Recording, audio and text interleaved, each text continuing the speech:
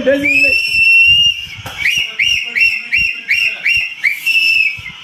இந்திய அரசியல் அமைப்பின்பால் உண்மையான நம்பிக்கையும் மாறா பற்றும் கொண்டிருப்பேன்.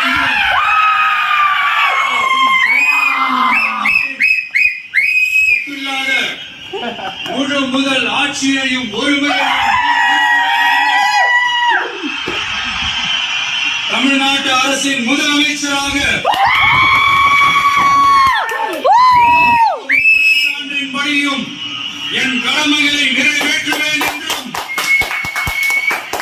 அரசியல் அமைப்பிற்கும் சட்டத்திற்கும் இணங்க அச்சமும் ஒருதலை சார்பும் இன்றி விருப்பு வெறுப்பை விலக்கி பலதரப்பட்ட மக்கள் அனைவருக்கும் நேர்மையானதை செய்வேன் என்றும்